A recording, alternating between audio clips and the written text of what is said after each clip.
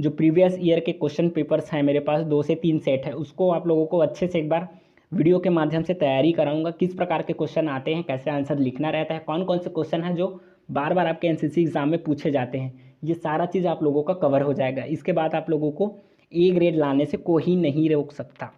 जय Hind everyone, welcome back to our YouTube channel name of NCC way. मैं मिथिलेश साहू आपका अपने यूट्यूब चैनल एनसीसी वे में स्वागत करता हूं। फ्रेंड्स, अगर आप लोग एनसीसी ABC सर्टिफिकेट एग्जाम की तैयारी कर रहे हैं तो इसके लिए मैं स्पेशल सीरीज चला रहा हूं जिसका नाम है टारगेट अल्फा ग्रेड। इसके माध्यम से हम लोग आप लोगों का एनसीसी ABSC सर्टिफिकेट का एग्ज़ाम है उसमें कैसे ए ग्रेड लाएंगे, किस तरीके से पढ़ाई करना है, तो वो सारा चीज़ हम लोग इस सीरीज़ में डिस्कशन करते हैं। तो इस सीरीज़ का ये क्लास 5 होगा, मतलब 5वां क्लास होगा। अगर आप लोगों ने बाकी क्लासेस नहीं देखे हैं तो इस वीडियो के डिस्क्रिप्शन बॉक्स में आपको उसका लिंक मिल जाएगा, आप लोगों को क्लासेस देख लेना है। तो आज का टॉपिक रहेगा सोशल सर्विस, जिसको हिंदी में हम लोग समाज सेवा बोलते हैं। तो ये बहुत ही इंपॉर्टेंट टॉपिक हो जाता है आपके एनसीसी में, और लगभग इसमें 35 नंबर का क्वेश्चन पूछा जाता है, 5 मार्क्स के क्वेश्चन पूछे जाते हैं। तो चलिए देखते हैं कौन कौन से क्वेश्चन आंसर बहुत ही इंपॉर्टेंट है इस टॉपिक से। तो सारा क्वेश्चन आंसर्स को डिस्कशन करेंगे। वीडियो में आगे बढ़ने से पहले आप लोगों से एक छोटा सा रिक्वेस्ट है, अगर आप लोग एनसीसी वे चैनल पे पहली बार आए हैं तो चैनल को सब्सक्राइब कर लेना। इसमें एनसीसी ABC सर्टिफिकेट एग्जाम की तैयारी कराया जाता है और एनसीसी स्पेशल एंट्री स्कीम जो निकाला जाता है उसका सबसे पहले नोटिफिकेशन आप लोगों को इसके माध्यम से मिल जाता है। अगर कोई गवर्नमेंट जॉब है तो गवर्नमेंट जॉब में एनसीसी वालों को पहला प्रेफरेंस दिया जाता है, उसका भी आप लोगों को डिटेल नोटिफिकेशन आपको इस चैनल के माध्यम से मिल जाता है। तो चलिए आज का क्लास शुरू करते हैं। तो सबसे पहला क्वेश्चन बनता है, समाज सेवा से आप क्या समझते हो। सोशल सर्विस टॉपिक पढ़ रहे हैं तो सबसे पहला प्रश्न यही पूछा जाता है कि समाज सेवा से आप क्या समझते हो। तो आप लोगों को लिखना है समाज सेवा से क्या समझते हो। तो समाज सेवा का अर्थ है स्वस्थ रहित होकर जन कल्याण के कार्यों में अपनी अर्जित शक्तियों द्वारा पूर्ण रूप से सहयोग देना। समाज सेवा से आप क्या समझते हो पूछेंगे आप लोगों से, तो आप लोगों को लिखना है समाज सेवा का अर्थ है स्वस्थ रहित होकर जन कल्याण के कार्यों में अपनी अर्जित शक्तियों द्वारा पूर्ण रूप से सहयोग देना, ये होता है समाज सेवा। तो हो गया पहला क्वेश्चन। ये प्रश्न पूछा जाता है तो आप लोगों को बताना है समाज सेवा का अर्थ है स्वास्थ्य रहित होकर जन कल्याण के कार्यों में अपनी अर्जित शक्तियों द्वारा पूर्ण रूप से सहयोग देना। तो यहाँ से हो जाता है क्वेश्चन नंबर 1 कंप्लीट। फिर देखते हैं नेक्स्ट क्वेश्चन। तो नेक्स्ट क्वेश्चन है आपका, समाज के निर्बल वर्ग की प्रमुख आवश्यकताएं बताइए। पूछा गया है यहाँ पे समाज के निर्बल वर्ग की प्रमुख आवश्यकताएं बतलाइए। क्वेश्चन नंबर 2 हो जाता है ये। तो इसमें आप लोगों को बताना है सिर्फ जो समाज के निर्बल वर्ग हैं उसकी प्रमुख आवश्यकताएं कौन कौन से हैं। तो सबसे पहला बताना है आप लोगों को रोजगार, फिर मकान, फिर पेयजल की सुविधा होनी चाहिए, साफ़ सफाई होनी चाहिए, आवागमन के साधन होने चाहिए, बिजली होनी चाहिए उनको, फिर चिकित्सा सुविधाएं। तो ये हैं समाज के निर्बल वर्ग की प्रमुख मूलभूत आवश्यकताएं बोल सकते हो या फिर प्रमुख आवश्यकताएं। तो आप लोगों से पूछा जाता है, आपके एग्ज़ाम में पूछा जाता है समाज के निर्बल वर्ग की प्रमुख आवश्यकताएं बतलाइए। तो आप लोगों को सिर्फ यही लिखना है रोजगार, मकान, पेयजल, साफ़ सफाई, आवागमन के साधन, बिजली, चिकित्सा सुविधा। ठीक है, फिर देखते हैं next question. Question number 3, NGO से आप क्या समझते हो, समाज के लिए इनका क्या योगदान है। बहुत बार पूछा गया प्रश्न है, ये मोस्ट टाइम रिपीटेड क्वेश्चन है। क्वेश्चन नंबर 3 पूछा गया है प्रश्न, NGOs से आप क्या समझते हो, समाज के लिए इसका क्या योगदान है। तो नॉन गवर्नमेंटल ऑर्गेनाइजेशन, सिर्फ यही भी आप लोगों से पूछ दिया जाता है कि NGOs का पूरा नाम क्या होता है। बहुत बार पूछा भी गया है एनसीसी के एग्ज़ाम में। ठीक है, तो आप लोगों को सिर्फ ये पूछेंगे आप लोगों से कि NGOs का फुल फॉर्म क्या है या फिर पूरा नाम लिखो करके। तो आप लोगों को लिखना है नॉन गवर्नमेंटल ऑर्गेनाइजेशन। ठीक है, उसके बाद यहाँ पे प्रश्न और पूछा गया है कि समाज के लिए इनका क्या योगदान है। NGOs नॉन गवर्नमेंटल ऑर्गेनाइजेशन कुछ लोग समिति बनाकर गरीब तबकों के लिए विकास की योजना बनाते हैं, वह क्रियान्वित करते हैं। तो क्या बताना है आप लोगों को, नॉन गवर्नमेंटल ऑर्गेनाइजेशन के कुछ लोग समिति बनाकर गरीब तबकों के विकास की योजना बनाते हैं, वह क्रियान्वित करते हैं। सिर्फ यहाँ पे ये लिखना है आप लोगों को, नॉन गवर्नमेंटल ऑर्गेनाइजेशन कुछ लोग समिति बनाकर गरीब तबकों के लिए विकास की योजना बनाते हैं, वह क्रियान्वित करते हैं। सिर्फ इतना लिखना है समाज के लिए इसका क्या योगदान है बोलेंगे तो इतना लिख देना है कि नॉन गवर्नमेंटल ऑर्गेनाइजेशन होता है NGOs का पूरा नाम। इसमें कुछ लोग समिति बनाकर गरीब लोगों के लिए विकास की योजना बनाते हैं, वह क्रियान्वित करते हैं। ठीक है, इतना लिख सकते हो आप लोग। फिर देखते हैं next question. Question number 4, NCC cadets किन सामाजिक सेवाओं में भाग लेते हैं? इंटरेस्टिंग क्वेश्चन है, एनसीसी से रिलेटेड ही है, एनसीसी कैडेट से रिलेटेड है। तो आप लोगों को बताना है, पूछा गया है यहाँ पे एनसीसी कैडेट्स किन सामाजिक सेवाओं में भाग लेते हैं।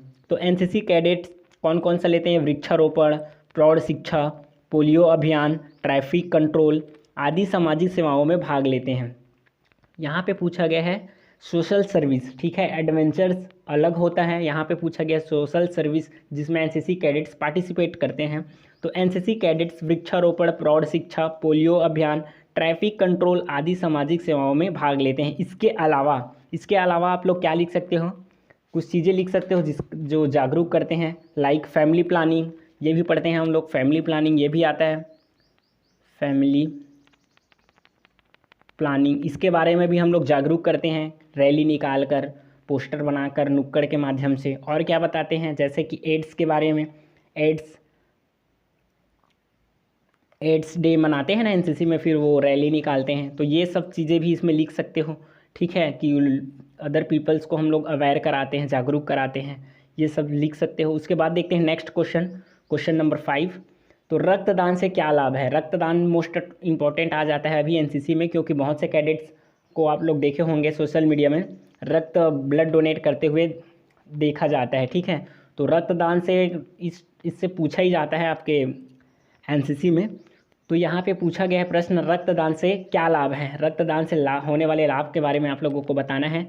रक्तदान अमूल्य दान है, क्या बताना है? रक्तदान अमूल्य दान है। रक्तदान से गर्व महसूस होता है, रक्तदान से गर्व महसूस होता है। रक्तदान से किसी का जीवन बचाया जा सकता है। दाता तथा हितग्राही में मधुर संबंध स्थापित होती है। देखो बहुत बढ़िया, अच्छा पॉइंट लिखा है यहाँ पे। रक्तदान अमूल्य दान है, उसके बाद रक्तदाता को गर्व महसूस होता है रक्तदान करने से। फिर रक्तदान से किसी का जीवन बचाया जा सकता है, जिसको ब्लड की ज़रूरत है उसको आप लोग डोनेट करोगे तो उसका जीवन बच सकता है। फिर उसके बाद दाता तथा हितग्राही में मधुर संबंध स्थापित होता है, ठीक है। सिर्फ इतना लिखना है, रक्तदान से क्या लाभ है बोलेंगे तो आप लोगों को ये चीज़ लिखना होगा। उसके बाद देखते हैं नेक्स्ट क्वेश्चन नंबर 7 नंबर का है शायद। एड्स का पूरा नाम लिखो। यहाँ पे पूछ दिया गया है एड्स का पूरा नाम। मैंने बोला था एड्स का पूरा नाम, एनजीओएस का पूरा नाम, इसके अलावा आप लोगों से एचआईवी का पूरा नाम पूछा जाता है, ठीक है। तो एड्स का पूरा नाम आप लोगों को क्या बताना है? एक्वायर्ड इम्यूनो डिफिशियंसी, यहाँ से इम्यूनो डिफिशियंसी सिंड्रोम, ये हो जाता है एड्स का पूरा नाम। एड्स का पूरा नाम क्या है? Acquired immuno deficiency syndrome. HIV का पूछेंगे आप लोगों से तो आप लोगों को क्या बताना है? Human immuno deficiency virus. HIV का क्या बताना है? Human immuno deficiency virus. फिर देखते हैं इसके बाद नेक्स्ट क्वेश्चन। और अभी क्या पढ़े हो? एनजीओएस। तो एनजीओएस का क्या नाम है, पूरा नाम? तो नॉन गवर्नमेंटल ऑर्गेनाइजेशन, ये होता है एनजीओएस का पूरा नाम, ठीक है। एड्स का पूरा नाम, एचआईवी का पूरा नाम, एनजीओएस का पूरा नाम, ये पढ़ लेना है आप लोगों को। फिर देखते हैं नेक्स्ट क्वेश्चन है दहेज निवारण में एनसीसी कैडेट्स किस प्रकार सहयोग करते हैं? इंटरेस्टिंग क्वेश्चन है, आप लोगों को समझना है थोड़ा सा। दहेज निवारण में एनसीसी कैडेट्स किस प्रकार के सहयोग करते हैं, ये पूछा गया है। तो आप लोगों को बताना है एनसीसी कैडेट्स दहेज नहीं लेंगे, दहेज नहीं देंगे की प्रतिज्ञा करके तथा इस संबंध में सेमिनार, गोष्ठी, भाषण द्वारा जन जागृति कर इस सामाजिक कुरीतियों को दूर करने में योगदान दे सकते हैं। देखो प्रश्न पूछा गया है यहाँ पे, दहेज निवारण में एनसीसी कैडेट्स किस प्रकार सहयोग करते हैं? तो आप लोगों को आंसर लिख देना है। एनसीसी कैडेट्स, यहाँ पे ये नारा है समझो ऐसा, दहेज नहीं लेंगे, दहेज नहीं देंगे, ये वाला, ठीक, समझ आ गया। एनसीसी कैडेट्स दहेज नहीं लेंगे, दहेज नहीं देंगे की प्रतिज्ञा करके तथा इस संबंध में सेमिनार, यहाँ पे ये है स्लैश, उसके बाद गोष्ठी, फिर भाषण द्वारा जन जागृति कर इस सामाजिक कुरीतियों को दूर करने में योगदान दे सकते हैं। सामाजिक कुरीतियों को दूर करने में सहयोग दे सकते हैं या फिर योगदान दे सकते हैं। तो दहेज निवारण में एनसीसी कैडेट्स किस प्रकार सहयोग कर सकते हैं पूछेंगे आप लोगों से, तो आप लोगों को लिख देना है सिर्फ 2 लाइन में। एनसीसी कैडेट्स दहेज नहीं लेंगे, दहेज नहीं देंगे की प्रतिज्ञा करके तथा इस संबंध में सेमिनार, गोष्ठी, भाषण द्वारा जन जागृति कर इस सामाजिक कुरीतियों को दूर करने में योगदान दे सकते हैं। फिर देखते हैं नेक्स्ट क्वेश्चन है सामुदायिक विकास, कम्युनिटी डेवलपमेंट का क्या आशय है? अगला प्रश्न पूछा गया है सामुदायिक विकास, कम्युनिटी डेवलपमेंट का क्या आशय है? सामुदायिक विकास अर्थात जिसको इंग्लिश में बोलते हैं कम्युनिटी डेवलपमेंट का क्या आशय है? तो सामुदायिक विकास स्वयं जनता के प्रयत्नों द्वारा ग्रामीण जीवन का सामाजिक व आर्थिक रूपांतरण करने का प्रयास है। सामुदायिक विकास क्या है पूछेंगे, या फिर सामुदायिक विकास से क्या समझते हो, या फिर सामुदायिक विकास का क्या आशय है पूछेंगे आप लोगों से। तो आप लोगों को सिर्फ एक लाइन लिखना है, सामुदायिक विकास स्वयं जनता के प्रयत्नों द्वारा ग्रामीण जीवन का सामाजिक व आर्थिक रूपांतरण करने में प्रयास है। तो सामुदायिक विकास क्या है? सामुदायिक विकास स्वयं जनता के प्रयत्नों द्वारा ग्रामीण जीवन का सामाजिक व आर्थिक रूपांतरण करने का प्रयास है। सिर्फ इतना लिखना है, ठीक है। सामुदायिक विकास का क्या आशय है पूछेंगे आप लोगों से, तो सिर्फ एक लाइन याद रखना है, सामुदायिक विकास स्वयं जनता के प्रयत्नों द्वारा ग्रामीण जीवन का सामाजिक व आर्थिक रूपांतरण करने का प्रयास है, ठीक है। फिर देखते हैं नेक्स्ट क्वेश्चन। तो क्वेश्चन है, भारतीय समाज की प्रमुख समस्याएं कौन सी हैं? मोस्ट टाइम रिपीटेड क्वेश्चन है, भारतीय समाज की प्रमुख समस्याएं कौन सी हैं पूछा गया है। तो बताना है आप लोगों को, पर्यावरण, निरक्षरता, समाज में व्याप्त कुरीतियाँ जैसे कि भ्रष्टाचार, बाल विवाह, यहाँ पे ऐसे लिखना, भ्रष्टाचार, बाल विवाह, बाल श्रम, कुपोषण, बाढ़, सूखा, स्वच्छ जल व स्वास्थ्य संबंधी सुविधाओं का अभाव। तो भारतीय समाज की प्रमुख समस्याएं कौन कौन सी हैं? आप लोग 10th लेवल से पढ़ते आ रहे हो सोशल साइंस के सब्जेक्ट में। तो पर्यावरण, निरक्षरता, समाज में व्याप्त कुरीतियाँ जैसे कि भ्रष्टाचार, बाल विवाह, बाल श्रम, कुपोषण, बाढ़, सूखा, स्वच्छ जल व स्वास्थ्य संबंधी सुविधाओं का अभाव, ये हो जाता है आपके भारतीय समाज की प्रमुख समस्याएं। तो ये आप लोगों को लिख देना है। फिर देखते हैं नेक्स्ट क्वेश्चन। तो क्वेश्चन नहीं है फ्रेंड्स। आप लोगों को आज का क्लास अगर पसंद आ रहा है तो प्लीज़ वीडियो को लाइक करेंगे, अपने फ्रेंड्स के साथ शेयर करेंगे, और चैनल पे पहली बार आए हैं एनसीसी वे चैनल पे तो आप लोगों को चैनल को सब्सक्राइब कर लेना है। एनसीसी वे चैनल पे आपको एनसीसी से रिलेटेड सारा इन्फॉर्मेशन मिल जाता है, जैसे कि एनसीसी ABC सर्टिफिकेट एग्ज़ाम की तैयारी कराया जाता है। इसके साथ ही साथ एनसीसी BSc सर्टिफिकेट वालों को कहाँ कहाँ कौन कौन सा बेनिफिट मिल रहा है इसके बारे में भी बताया जाता है। कौन सा गवर्नमेंट जॉब में कितना बोनस पॉइंट या फिर पहला प्रेफरेंस दिया जा रहा है, इसके बारे में आप लोगों को जानने को मिल जाता है इस चैनल के माध्यम से। या एनसीसी स्पेशल एंट्री स्कीम जो निकाला जाता है उसका सबसे पहले नोटिफिकेशन आपको इस चैनल के माध्यम से मिल जाता है। उसमें कैसे फॉर्म अप्लाई करना है, फॉर्म अप्लाई करने के बाद शॉर्ट लिस्ट का मेल आता है, उसके बाद आप लोगों को SSB इंटरव्यू में जाने तक का सारा process step by step A to Z सारा डाउट क्लियर करते हुए आप लोगों को इस चैनल के माध्यम से बताया जाता है। तो प्लीज़ थोड़ा सा चैनल को सपोर्ट कीजिएगा। चैनल पे पहली बार आएँ तो चैनल को सब्सक्राइब कर लीजिएगा। मैं भी अपने मोनेटाइजेशन के बहुत नज़दीक हूँ, तो आप लोग प्लीज़ थोड़ा सा समझना, चैनल को सपोर्ट कर लेना। एनसीसी वे चैनल है। अब देखेंगे सेल्फ डिफेंस, जिसको बोलते हैं आत्मरक्षा। ये भी टॉपिक आपके लिए बहुत इंपॉर्टेंट है। और अभी हम लोग पढ़े जो सोशल सर्विस मतलब सामाजिक सेवा या फिर समाज सेवा जिसको बोल सकते हैं उसका, और सेल्फ डिफेंस, ये दोनों एक ही साथ आता है, मतलब एक ही टॉपिक में आता है। आप लोगों का वो देखोगे पैटर्न सिलेबस देखोगे एनसीसी हैंडबुक में, तो ये दोनों एक साथ दिया है ना, इसीलिए दोनों को एक साथ कंबाइन करके पढ़ा रहा हूँ। तो इसमें से ज़्यादा क्वेश्चन नहीं पूछा जाता, 3-4 क्वेश्चन ही ऐसे हैं जो पूछे जाते हैं बार बार। उसी क्वेश्चन आंसर्स को डिस्कशन करेंगे। टॉपिक रहेगा सेल्फ डिफेंस, जिसको आत्मरक्षा हिंदी में बोला जाता है। तो चलिए देखते हैं इस टॉपिक से किस प्रकार के आपके एग्ज़ाम में प्रश्न पूछे जाते हैं। तो सबसे पहला पूछा जाता है निहत्थी लड़ाई, अनआर्म कॉम्बैट से क्या तात्पर्य है? निहत्थी लड़ाई, ये प्रश्न पूछा गया है। आप लोग B का एग्ज़ाम दिलाए होंगे तब भी ये प्रश्न आप लोगों को देखने को मिला होगा। निहत्थी लड़ाई से आप क्या समझते हो? तो निहत्थी लड़ाई से तात्पर्य बिना रूढ़ हथियारों के दुश्मन से मुठभेड़ करना है। बस इतना लिखना है आप लोगों को।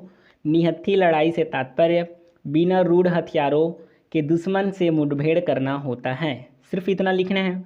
फिर देखते हैं इसी से रिलेटेड नेक्स्ट क्वेश्चन, निहत्थी लड़ाई में सफलता प्राप्त करने हेतु कौन सी बातें आवश्यक हैं? प्रश्न पूछा गया है, निहत्थी लड़ाई में सफलता प्राप्त करने हेतु कौन सी बातें आवश्यक हैं? तो आप लोगों को लिखना है फुर्ती, साझा देना, अचानक वार करना, फिर ताकत, अभ्यास, लड़ाई में पहल करना। तो इतना पॉइंट लिखना है सिर्फ। अब आपके मन में एक सवाल आ रहा होगा कि इतना शॉर्टकट आंसर लिखेंगे तो क्या मार्क्स मिलेगा? तो आप लोगों को मैं बता दूं, एनसीसी का एग्ज़ाम ऐसा होता है कि एक जो पेपर होता है एनसीसी का, उसी में क्वेश्चन लिखा रहता है, सिर्फ उसके नीचे 2 से 3 लाइन ब्लैंक जगह छूटा होता है, उसी में आप लोगों को किसी भी क्वेश्चन का आंसर लिखना रहता है।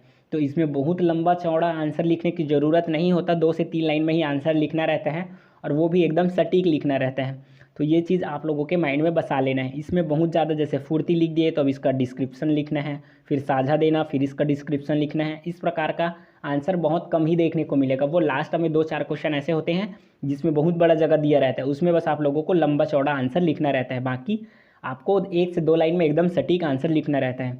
तो यहाँ पे प्रश्न पूछा गया है, निहत्थी लड़ाई में सफलता प्राप्त करने हेतु कौन सी बातें आवश्यक हैं? तो फुर्ती होनी चाहिए, जो निहत्थी लड़ाई में अपने आप को सफलता पाना चाहता है वो उसके अंदर फुर्ती होनी चाहिए। साझा देना आना चाहिए उनको, अचानक वार करना, ताकत, अभ्यास, लड़ाई में पहल करना, ये सारी क्वालिटीज़ उनके अंदर होनी चाहिए। ठीक है, फिर देखते हैं नेक्स्ट क्वेश्चन। तो शरीर के 4 मर्म स्थल बताइए। प्रश्न पूछा गया था जब मैं एनसीसी में था, तो शरीर के 4 मर्म स्थल बताइए। बहुत इंपॉर्टेंट क्वेश्चन है, आप लोग इसको आईएमपी टिक कर लेना। प्रश्न पूछा गया है, शरीर के 4 मर्म स्थल बताइए, या फिर शरीर के 4 मर्म स्थल के नाम लिखिए बोलेंगे। तो आँख है जो मर्म स्थल होता है, उसके बाद कान, उसके बाद पेट, उसके बाद टेस्टिकल्स। शरीर के 4 मर्म स्थल बताइए बोलेंगे तो आप लोगों को लिखना है आँख, फिर कान, फिर पेट, उसके बाद टेस्टिकल। और ये टेस्टिकल क्या होता है? तो टेस्टिकल अंडकोश को ही बोला जाता है। ठीक है, तो ये आप लोग हिंदी में भी लिख सकते हो, इंग्लिश में भी लिख सकते हो, और ये चीज़ आप लोगों को आपके हैंडबुक में भी देखने को मिलेगा। और ये क्वेश्चन शायद आप लोगों को प्रीवियस ईयर के क्वेश्चन पेपर उठा के देखोगे, उसमें भी देखने को मिल जाएगा। तो ये प्रश्न आईएमपी है, आप लोगों को याद कर लेना है। फिर देखते हैं नेक्स्ट क्वेश्चन है, निहत्थी लड़ाई में रोड हथियारों को छोड़कर किन चीज़ों का प्रयोग करते हैं? तो यहाँ पे पूछा गया है, निहत्थी लड़ाई में, यहाँ पे रोड नहीं है होगा, ये रूड होगा। ठीक है, यहाँ पे ऐसा लिखना है। प्रश्न ये पूछा गया है, निहत्थी लड़ाई में रूढ़, ये ऐसा रूढ़ हथियारों को छोड़कर किन चीज़ों का प्रयोग करते हैं? तो बेल्ट का प्रयोग कर सकते हैं, हेलमेट का प्रयोग कर सकते हैं, तंबू के खूंटे का प्रयोग कर सकते हैं, पेड़ों की टहनियों का प्रयोग कर सकते हैं, पत्थर का भी यूज़ कर सकते हैं, गिट्टी का, धूल, लोहे का सरिया आदि का प्रयोग कर सकते हैं। मतलब समझना आप लोगों को, निहत्थी लड़ाई में रूढ़ हथियारों को छोड़कर किन चीज़ों का प्रयोग कर सकते हैं, मतलब हाथापाई के लिए कौन कौन से चीज़ों का? तो हेलमेट से आप लोग वार कर सकते हो, बेल्ट से वार कर सकते हो, हेलमेट से वार कर सकते हो, तंबू के जो खूंटे होते हैं उसको आप लोग डंडा के तौर पे यूज़ कर सकते हो, पेड़ों की टहनियाँ ये भी यूज़ कर सकते हो, पत्थर भी यूज़ कर सकते हो नज़दीकी लड़ाई के लिए, फिर गिट्टी का भी प्रयोग कर सकते हो, धूल से आँख में डालते हैं, ये आप लोग जानते होंगे, फिर लोहे का सरिया, इससे भी आप लोग वार कर सकते हो। तो ये सारा चीज़ आप लोगों को लिख देना है। तो आंसर से आपको समझना है कि क्वेश्चन में क्या पूछा गया है, या फिर क्वेश्चन से आप लोगों को माइंड में आना चाहिए कि इसका आंसर क्या लिख सकते हैं। तो निहत्थी लड़ाई में रूढ़ हथियारों को छोड़कर, मतलब जो मेन उनका हथियार, मतलब फाइटिंग करने के लिए जो होता है हथियार, उसको छोड़कर किन चीज़ों का प्रयोग करते हैं? तो कौन कौन सी चीज़ें हैं जिसका हम लोग प्रयोग करके लड़ाई लड़ सकते हैं? तो बेल्ट से हम लोग वार कर सकते हैं, हेलमेट से, तंबू के खूंटे से, पेड़ों की टहनियों से, फिर पत्थर, गिट्टी, धूल, लोहे का सरिया, ये सारा चीज़ आप लोगों को लिखना होगा। फिर देखते हैं नेक्स्ट क्वेश्चन। तो नेक्स्ट क्वेश्चन है, हो गया आज का क्लास कंप्लीट। तो आज का कंप्लीट होता है क्लास। फ्रेंड्स, आप लोगों को पढ़ना है अच्छे से। अगर आप लोगों को ए ग्रेड लाना है तो ए ग्रेड लाने के लिए आप लोगों को पढ़ाई ज़रूरी है। इसीलिए मैं आप लोगों के लिए एनसीसी का जो एग्ज़ाम होता है, NCC B and C certificate exam 2023, इसका स्पेशल सीरीज चला रहा हूँ जिसका नाम रखा हूँ टारगेट अल्फ़ा ग्रेड, और इसका ये क्लास 5 था। इसका प्लेलिस्ट आप लोगों को देखने को मिल जाएगा इस वीडियो के डिस्क्रिप्शन बॉक्स में या इस क्लास के लास्ट में। आप लोगों को एक बार ज़रूर देखना है, जिसमें 4 क्लास ऑलरेडी डला हुआ है, ये 5वां क्लास है। इस और आने वाले समय में जो इम्पोर्टेंट टॉपिक हैं आपके हैंडबुक में, आपके एग्ज़ाम में पूछे जाते हैं, वो सारा चीज़ आप लोगों को कवर कराऊंगा। उसके बाद जो प्रीवियस ईयर के क्वेश्चन पेपर्स हैं मेरे पास 2 से 3 सेट है, उसको आप लोगों को अच्छे से एक बार वीडियो के माध्यम से तैयारी कराऊंगा। किस प्रकार के क्वेश्चन आते हैं, कैसे आंसर लिखना रहता है, कौन कौन से क्वेश्चन हैं जो बार बार आपके एनसीसी एग्ज़ाम में पूछे जाते हैं, ये सारा चीज़ आप लोगों का कवर हो जाएगा। इसके बाद आप लोगों को ए ग्रेड लाने से कोई नहीं रोक सकता। ठीक है, तो टॉपिक वाइज जो टॉपिक है उसी हिसाब से मैं क्लास चलाते जा रहा हूँ।